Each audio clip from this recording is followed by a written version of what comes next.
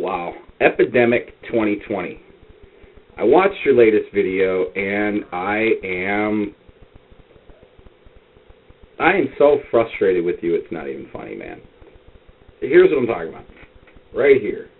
Right at the very end. If you argue that there is not only a right way to achieve your goals, but there is also a correct perception of which goals are right, the morality is not subject to human opinion or preference, and objective morality exists. Now, if those two premises are true, then it is impossible for the conclusion to be false. Therefore, God exists. As always, your argument right there in your premises demonstration assumes so much. It assumes so much that objective moralities and what have you cannot exist unless there is a God. All right, let's throw away, for example, the, which God? Zeus? Thor? Aphrodite? Which God? I mean, even if that argument held water, it cannot say which one it is. In addition,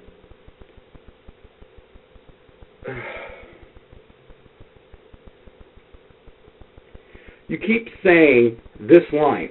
Test everything, hold on to the good. You never test anything.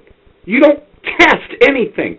Reading stuff in a book and other people's ideas and opinions is not testing. You are being hypocritical. It's like, well, everybody else can do it, but I'm not going to.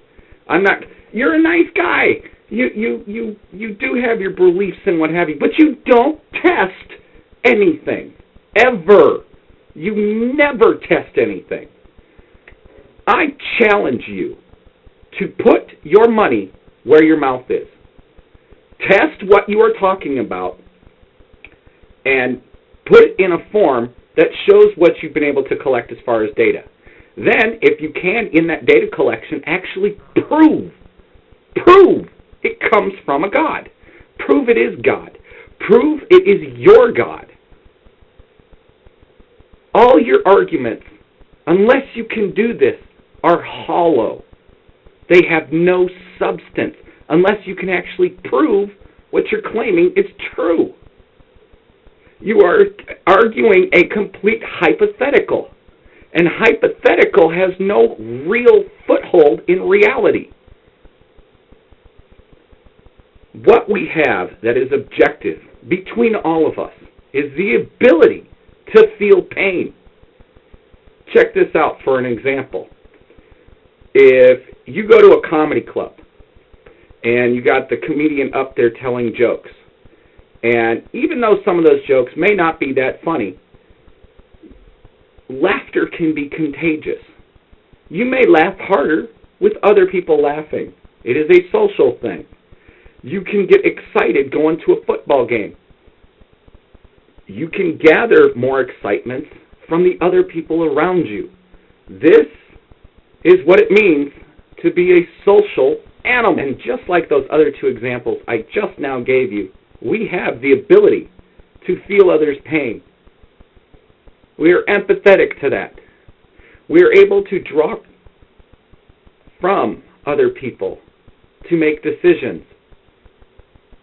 Our objective when it comes to each other is it is in our best interest to get along. Can you show me examples that I'm wrong? That it actually is in our best interest not to? I can show you hundreds of examples where we have actually succeeded when we work together. It is in my best interest to not start building bombs and setting them all over my city. The potential of the damage can wreak havoc back on myself, my family, and my community, ultimately making life more difficult for all those concerned. What would be the best option? Not to go setting bombs all over the place because of the consequences of that kind of decision. Again, show me where I would be wrong. There are always going to be circumstances that help define why you should or should not do something, even though in the moment it might feel moral or immoral. If we knew more about that story, about that guy crashing through there, we don't know. Was this a guy behind the wheel who had a seizure? If we just stopped it right after it cut through, or right after he went through the glass, then would that be a moral situation? No.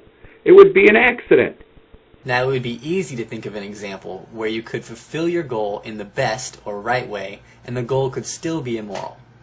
We need to understand more about a situation to be able to make an educated decision about our opinions of those situations. Again, I am going to challenge you strongly. Put your money where your mouth is and test it. Test it. Show the results of the data you collect. Stop being a sit-behind-the-keyboard guy who is just spewing out these hypotheticals that it has to be a God, that it has to be this way, that objective morality is like this, it's just there.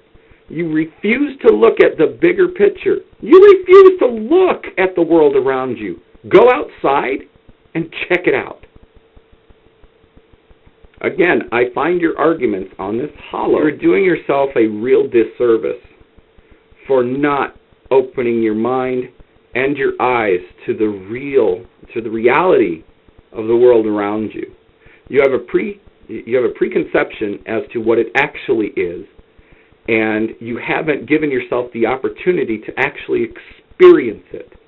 So for you, the world is theoretical. You go into it so deep, you try to dissect it, and you've already got your answer before you've experimented. That is really shoddy and dishonest. You see, for you, it's kind of like, well, the answer to the question needs to be 25.